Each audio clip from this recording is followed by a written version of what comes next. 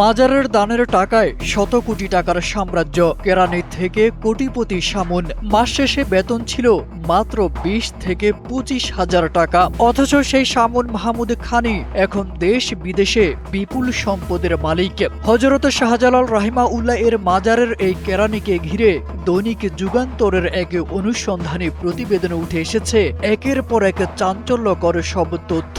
বলা হয়েছে মাজারের দানের অর্থ আত্মসাৎ, জমি দখল, বিদেশে সম্পদ গড়ে তোলা এবং সংঘবদ্ধ ক্যাডার বাহিনীর মাধ্যমে তিনি বিশাল অপরাধ চক্র গড়ে তুলেছেন। এমনকি অবৈধ সম্পদের তথ্য ফাঁসের আশঙ্কায় নিজের ছোট ভাইকে প্রায় ১ দশক ধরে মানসিক প্রতিবন্ধী বানিয়ে গৃহবন্দী করে রেখেছেন। RICL TMX, যুগের পর যুগ স্থাপনা থাকে মজবুত।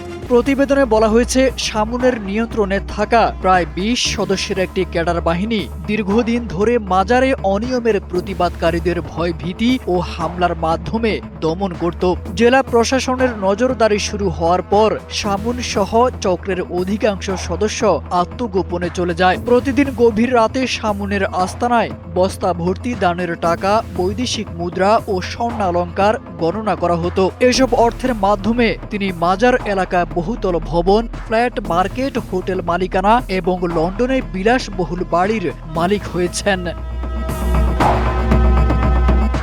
সবচেয়ে চাঞ্চল্যকর অভিযোগে অবৈধ সম্পদের তথ্য প্রকাশ পাওয়ার আশঙ্কায় শামুন নিজের ছোট ভাই জুন্নুন মাহমুদ খানকে তার পরিবার সহ প্রায় ১০ বছর ধরে মানসিক প্রতিবন্ধী বানিয়ে গৃহবন্দী করে রেখেছেন। সাবেক জেলা প্রশাসক সারওয়ার আলম বলেন, হযরত শাহজালাল রাহিমাহুল্লাহ এর কোনো বংশধর নেই এবং খাদেম পরিচয়ে যারা মাজার পরিচালনা করছেন তারা তার বংশধর নন। তার অভিযোগ, বছরে ১৬২ দিনের দানের অর্থ একাই নিয়ন্ত্রণ করতেন শামুন। এমনকি হযরত শাহজালাল রাহিমাহুল্লাহ এর ব্যবহার করা ঐতিহাসিক নিদর্শনও বিভিন্ন খাদেমের বাসায় থাকায় জাদুঘর নির্মাণের উদ্যোগ ব্যাহত হয়েছে।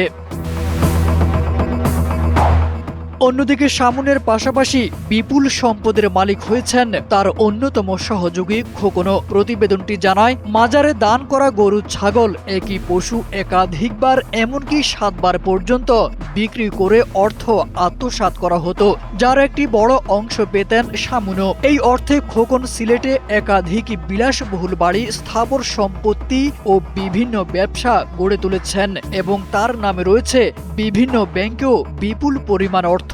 সংশ্লিষ্টদের দাবি, অভিযোগগুলোর নিরপেক্ষ তদন্ত করে জড়িতদের জবাবদিহির আওতায় এনে মাজারের দান ও সম্পদের স্বচ্ছ ব্যবস্থাপনা নিশ্চিত করা হোক।